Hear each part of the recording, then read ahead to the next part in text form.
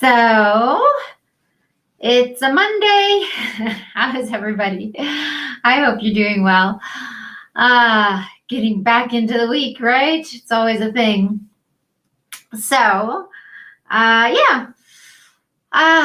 Let's see. What should we talk about today? Does anybody have any questions? If you don't have any questions, then I've got some stuff to talk about. But I always like to hear your questions first because that makes it more fun for me. There's going to be some interesting stuff happening in the next few weeks. So, hi, Mateus. Hi, Adele. How are you guys? Say hi.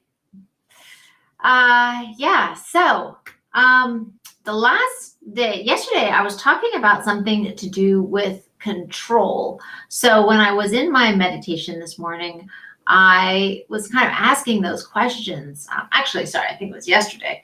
I was asking these questions about control and stuff like that because I have a tendency to, I think a lot of times, probably most everybody, we do this more than we think, honestly. And as I begin to put my attention on it, I start to recognize more and more ways in which I do it. Hi, Christina. I see more and more ways in which I kind of gravitate towards this. Thank you for the hearts. Good to see you. And I begin to question, like, how useful is it? And what is it really? And does it actually help us, right? Because I think a lot of us, we want to have control because we want to protect ourselves. We want to protect ourselves from the things that are happening in the world. Hey, Luxar, good to see you. And so we use this concept of trying to control ourselves. Hey, our environment, our actions, how people perceive us, right? It's all different ways that we're using to try to protect ourselves, which is totally understandable and legitimate, right? But as I was digging deeper into it, I was recognizing, that this sense of control that we have is really an illusion. And so if by feeling like this internal tension, trying to hold on to the control of the outcome is making us tired or is making us, like, for instance, it makes me feel less likely to want to take action. Oh, thank you for the hearts. It makes me feel less likely to want to start new projects or do new things because I feel like I just can't take on another burden of something else where I have to control the outcome. So in that sense, this need for control can be really detrimental to doing big things and to doing more things. Hey, Paulo. But what else does it do that we don't recognize, right? So as I was thinking about it, I realized there was something else that kind of came to my mind. And that is, we don't really control what's going to happen, not even in the next second, right? We can't really control any of it. I could walk out my door and something could happen, right? I don't control that. So it's an illusion. What happens with that, right? Oftentimes when we're making decisions from control, like how people perceive us or stuff like that,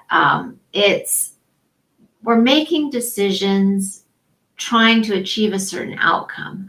But what's the difference? If we're acting from decisions where we're trying to achieve an outcome versus acting from our values?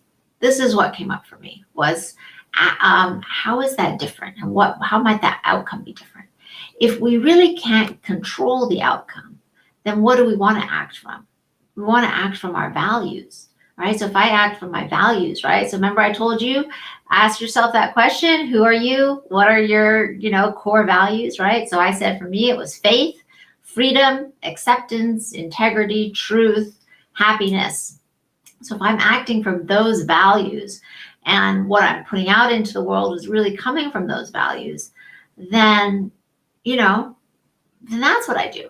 If I'm trying to make decisions because I want to control a particular outcome, then would I be more likely to maybe make decisions that aren't in line with my core values because I think it's going to get me an outcome that I want?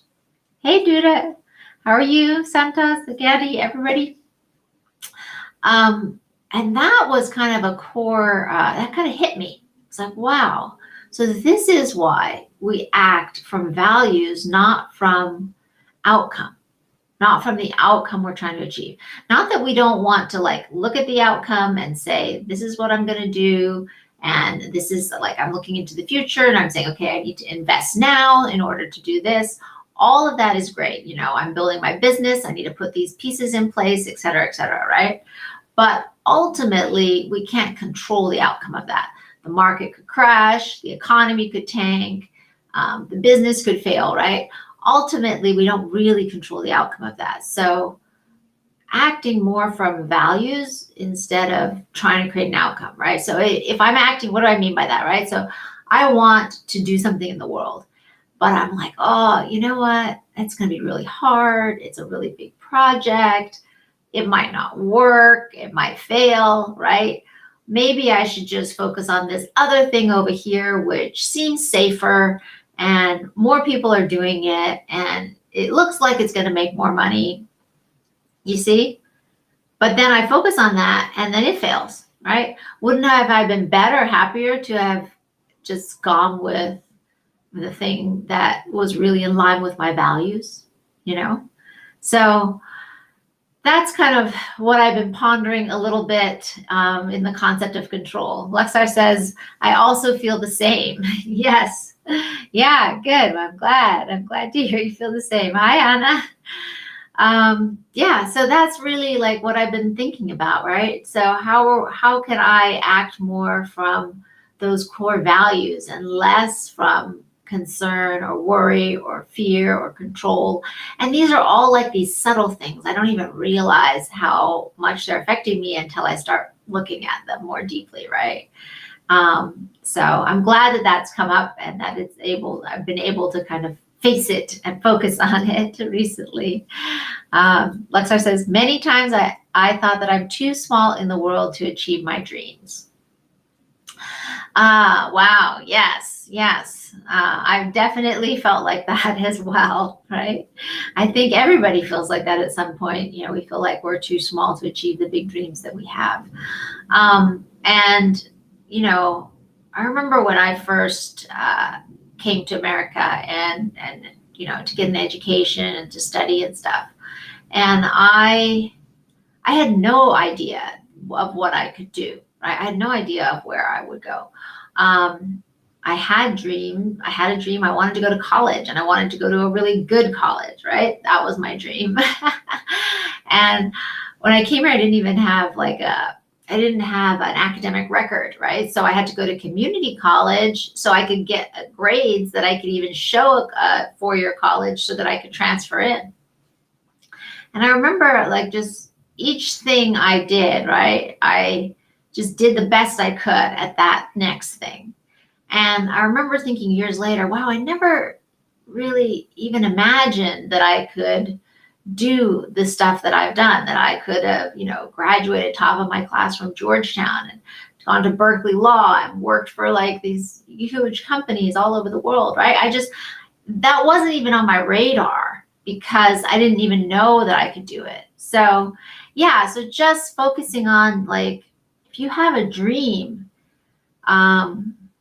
the truth is you can probably achieve it, right? If you really have a dream of something you want, and you start to set that in motion, if you can even imagine it and visualize it, you probably can achieve it, or at least get really close, right? You at least get much farther than you think.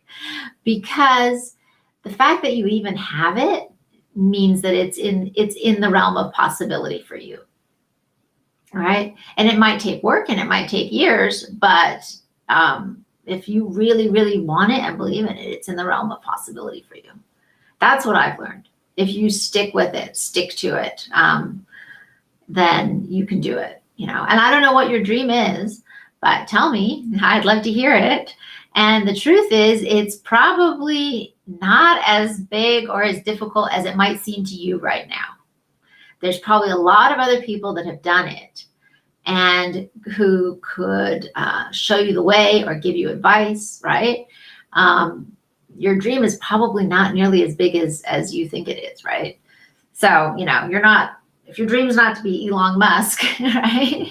Then, you know, just start where you're at. Start where you're at. If your dream is to be successful, to be independent, to, have work that you love, well, guess what? All of that is, really doable. It's really doable. And millions of people have done it. So that's not too big a dream. So keep dreaming, hold that in. Okay. I'll DM you my dreams. Yes, I want to hear. Please do. Please tell me your dreams. Okay. I want to hear about it and see if I can encourage you in them.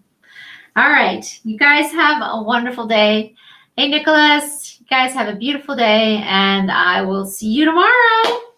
Dream big dreams. Okay. And tell me what those dreams are. DM me. I want to hear. All right. See if we can help make them a reality. Okay. You guys have a beautiful day. Bye, Lexa.